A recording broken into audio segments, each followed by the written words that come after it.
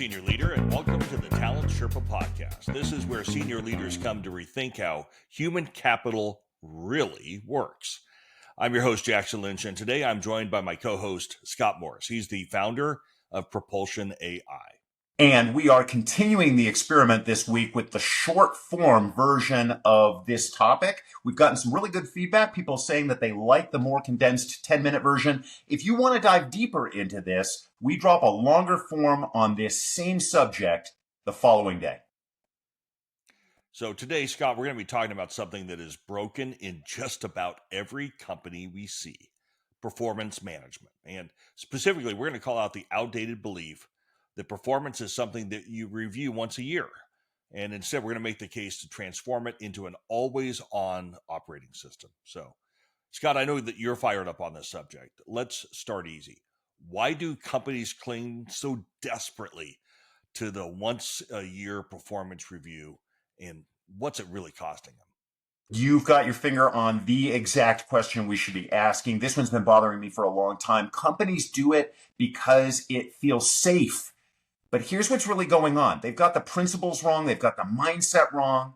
I think they've got the approach wrong. And usually the tools are wrong. And other than that, they're doing great, Jackson. Yeah, other than everything else, they've completely nailed it. So, historically, businesses ran their cycle on a agrarian calendar because apparently the harvest moon dictated when performance reviews happened. Seriously, though. The arbitrary timing leaves companies with outdated assessments, biased evaluations, and zero real-time feedback. Look, I think one of the things, when I say I think the principles and the mindset are wrong, here's the core issue. Most companies seem to believe that performance management exists primarily to justify annual increases. Now, I know you and I both have some mixed thoughts about this, but if your entire system is built around compensation, you are already headed off in the wrong direction. It needs to be about growth and improvement, not just pay. And that's not new news, right? People have been talking about that for a long time. We're just not doing it. Yeah, I totally agree, but let me push it even harder. I think the fundamental flaw in the annual cycle is, in fact, the annual cycle. Why in the world would you wait 12 months or even 6 months or even 1 month to give feedback that will help? Businesses move at a way faster clip. So if the feedback isn't given real time, it's ancient history by the time it gets delivered. And here's the problem. Mid-year reviews don't fix that, do they? No, they absolutely don't. And it's because the mindset is still rooted in periodic judgment. It's not about continuous coaching.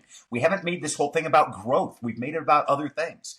Think about a good sports coach. They don't wait until the end of the season to tell their player to fix their form. They're standing off on the side. They're giving continuous real-time feedback. I don't understand why business leaders aren't doing the same thing. Yeah, exactly. Look, if we were serious about performance, feedback should match the actual pace of the business, not the Earth's rotation around the sun.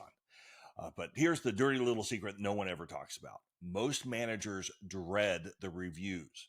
They turn it into an administrative theater because they don't want to do it. Nobody's ever honest. They're not clear, and therefore nobody actually grows. I totally love that. I love it when you call things. There's one you have about some kind of dramatic performance, and I think administrative theater is right up there for me in the list of the Jackson-isms. I'm stealing that phrase. Here's the stat that backs this up. According to McKinsey, organizations with effective performance systems outperform their peers by more than 4 times. I think it's like 4.2 times, and they have significantly lower attrition.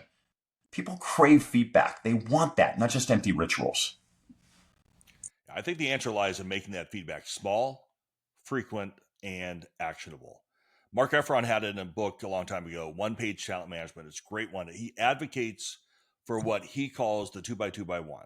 2 things that are going well, 2 areas for improvement, and 1 thing the manager can do to help get stuff out of their way. Supporting without removing responsibility, I might add. Imagine if managers had this 15-minute chat weekly with every employee.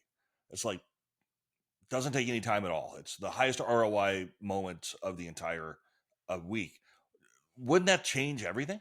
It changes everything because in part you get the performance anxiety out of the conversation. Weekly feedback takes care of getting the drama away from it. It's no longer a major production.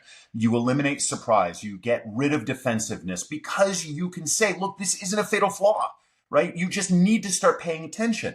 That sounds like actual coaching for outcomes and not for ratings.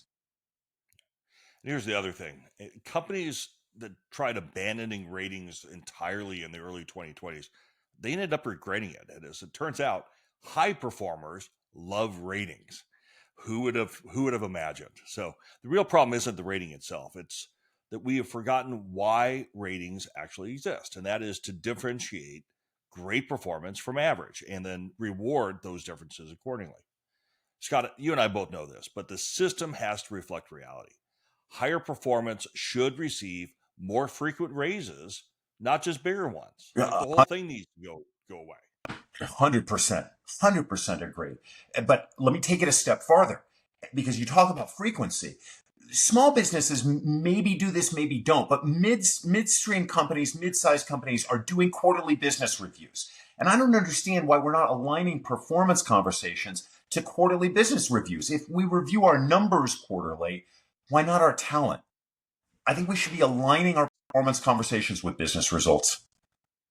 Yeah, that's exactly right. I guess what I'd say is if we treated talent reviews like we treat quarterly financial reviews, then leaders would in fact have no choice but to pay really close attention. We need weekly pulse checks, quarterly deep dives, and then compensation tied to milestones, not calendars. Well, we try in this podcast to be really, really practical. So if you're a CHRO and you're listening, I think here's your homework. Tomorrow morning, start changing the way that you measure performance.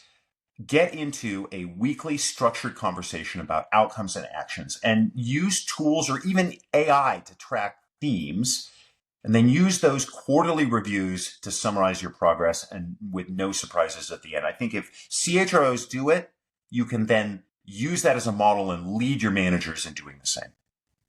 Yeah, start with your own team. And let me also add this. Your job isn't to manage people's performance. It's to clearly define what success looks like and then coach your team every step of the way. So as a CHRO, the other thing you can do is stop focusing your policies on the lowest performers and start building those same policies around your best talent. That's how you build a culture that actually rewards great performance instead of tolerating mediocrity and avoiding lawyers. So, Scott, we could probably talk about this for another hour. In fact, we do for half an hour tomorrow, but let's wrap it up here. Okay, here's the big takeaway I think that every senior leader listening ought to be paying attention to. If your performance management system today doesn't make your talent better or your company stronger, stop doing it. There is a better way. In a world of unimaginably large numbers of positive things you can be doing, stop doing the one you know doesn't work. So thank you for tuning into the Talent Sherpa podcast. This is, of course, where senior leaders come to rethink how human capital really works. Well, we're not going yet because we need to do a shout out. We're really thankful for the audience. And so a shout out to one of our favorite listeners. Hi, Shiva. Thanks for being a part of the Talent Sherpa community. If you enjoyed today's podcast, please hit the like button, subscribe, leave us a 5-star review on your favorite platform. That could be Apple Podcasts or Spotify, even YouTube if you want to see the full version of what we look like. If you have nothing to say, just please send the complaints privately, and just don't send them to me. I'm too sensitive for that. It'll make me stronger. Bring him my way. And if you're a CHRO that's wondering, where the heck do I start my AI journey that my CEO keeps telling me about, don't forget to check out Propulsion AI. That's at www.getpropulsion.ai. That's Scott's company, and they are transforming how smart companies turn HR insights into powerful outcomes. It's kind of you, Jackson. If you're an emergent or a brand new CHRO and you are ready to accelerate your talent, head on over to the Substack, talentsherpa.substack.com or mytalentsherpa.com. Jackson has resources there that are specifically designed to help you navigate, elevate, and deliver results from day one.